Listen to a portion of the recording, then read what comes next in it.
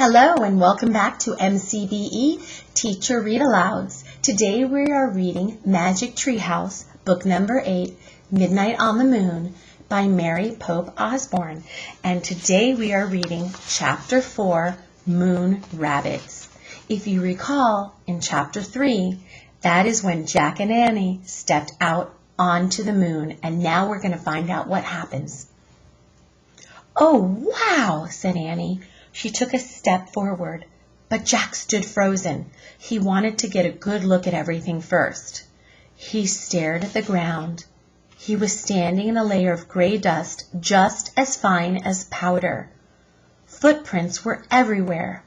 Jack wondered who had made them. He reached into his pack for the moon book. To his surprise, it was as light as a feather. He found a picture of footprints on the moon. He read, "The moon has no rain or wind to blow the dust around, so footprints will never wear away naturally, not even in 1,000,000,000 years." "Oh man," Jack said. The moon was the stillest place he had ever been. It was as still as a picture, and its stillness would never end. Jack stared at the ink-black sky. A lovely blue and white ball glowed far away. Earth. For the first time it really hit Jack. They were in outer space. "Look!" Annie cried, laughing.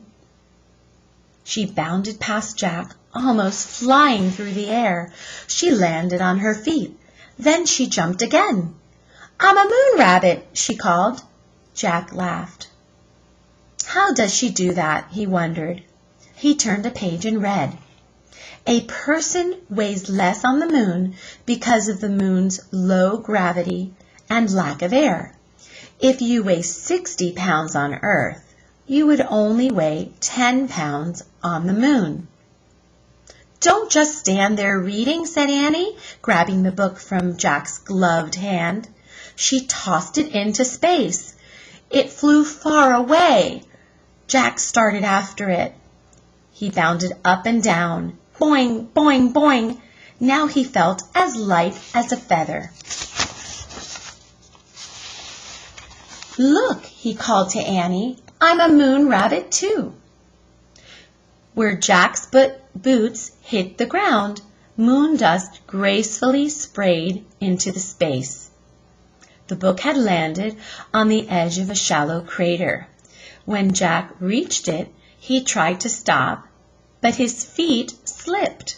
He fell right over and lay on his side. He tried to stand, but he was off balance. He tried again, but the dust was just too deep and his spacesuit was too clumsy. "You okay?" asked Annie. "I can't get up," said Jack. "You shouldn't have been goofing off," said Annie wisely. "You goofed off first," said Jack. "Now help me up, please." Annie started toward him. "Don't fall too," warned Jack. "I won't." Annie moved very slowly. She half floated, half walked. "Give me your hand," she said. Annie grabbed Jack's hand. She pressed her boot against his and pulled him up. "Thanks," he said. "No problem," she said. "It was easy. You were really light." "Thank goodness," said Jack. "It's impossible to get up alone." He picked up the moon book. It was covered with dust. He brushed it off. "Oh, wow! Look," said Annie. She stood at the edge of the crater. "What is it?" said Jack. "A moon buggy," said Annie. The buggy was parked in the crater. It had 4 huge wheels. "Let's go for a ride," said Annie. "We can't," said Jack. "We just have 2 hours of air in our tanks, remember?" "I bet we'll find the thing faster if we take the moon buggy." Annie bounded into the crater. "But we can't drive," said Jack. "I bet I can drive this," said Annie. "It looks easy. Come on." She jumped into the driver's seat.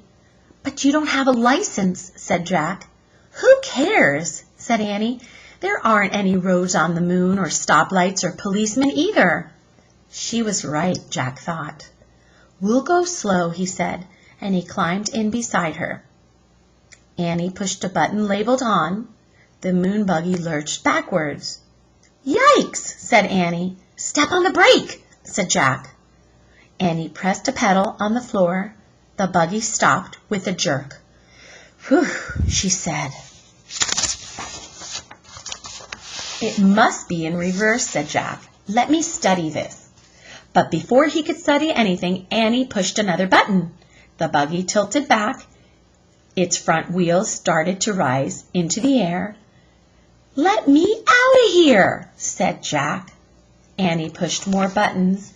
The buggy's front wheels landed back on the ground, and the buggy leaped forward. "Slower," said Jack. "I can't," said Annie. "I don't know how."